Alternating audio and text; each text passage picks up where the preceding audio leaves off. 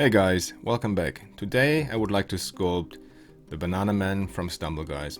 You need 2mm aluminium wire to make your armature, and then I cover it in aluminium foil, bring it into a banana shape, give his legs a little bend, cover it with painter's tape,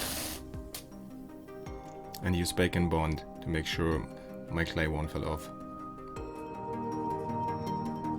Now we can add the first layers of Super Sculpey I rolled out flat with my pasta roller. When you cover your armature with the first layers of Sculpey, try to avoid air bubbles because they can cause a lot of trouble when you bake the model.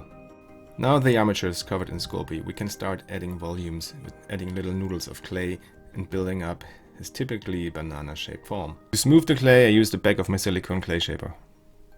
Here you see me adding more bake and bond to add more Sculpey to his legs.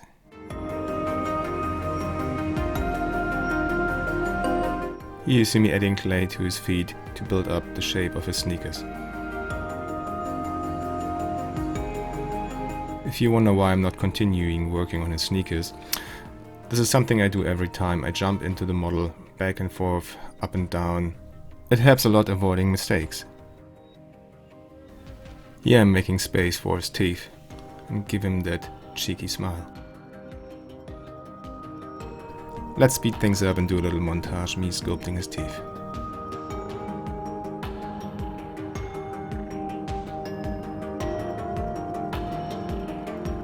Teeth are done. Time to exaggerate his cheeky smile, adding some wrinkles. With the backside of my brush, I make some space for his big eyes.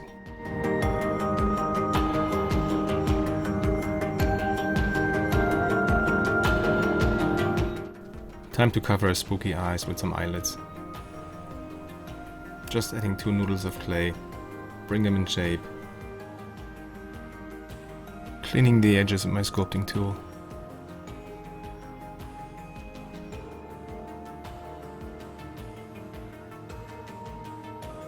Now I'm cleaning the model using a soft brush and isopropanol alcohol. And he's ready for baking.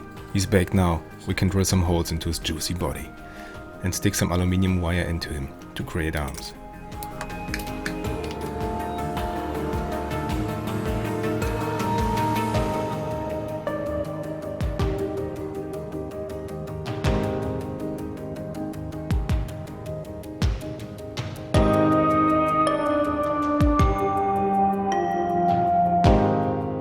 His arms are done, now we can make his gloves.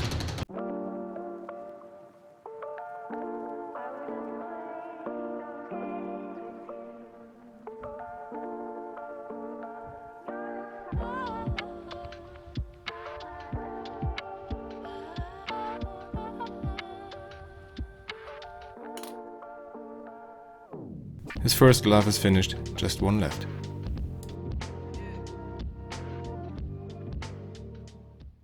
It is a couple of weeks later now. I have finished the model. I made him some glasses, but I completely forgot to film it. I'm really sorry for that. But he's ready for painting now. Have fun. I also made a base where he can stay on. It's just MDF wood and some Super Sculpey.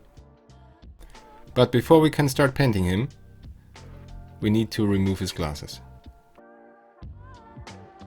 I start with a basic layer of lemon yellow. The paints I use are fine art acrylic paints from Schminke.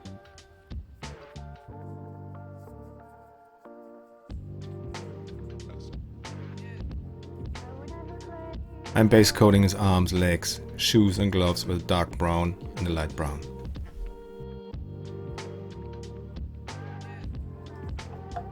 I realized on some reference pictures his gloves are not brown, they're white. So I come back with some white color and prime them white.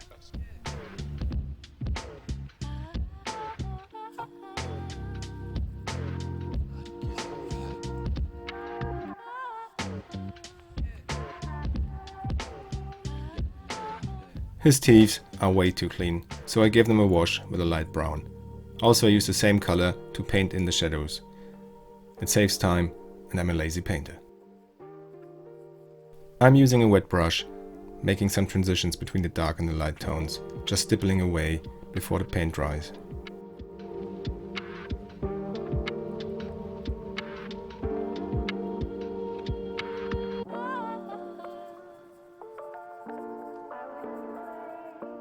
I started painting his eyes white, followed by a red wash around his eyes to give them a bit more life. I need to highlight his teeth using some bone color. I'm trying not to paint over the corners, so I'm keeping my dark areas with the wash I have done before. Back at his eyes, I highlight them with a brighter tone. I'm preparing them so I can paint his iris. On a model like this, painting the eyes is for me most of the time the most exciting part, because I know I'm very close to the end and finishing the model. And it also gives the model a lot of character and likeness. It's almost like it brings your model to life. At the end, this is my opinion, but let me know in the comments down below what you think. And what is your most favorite part of a modeling project?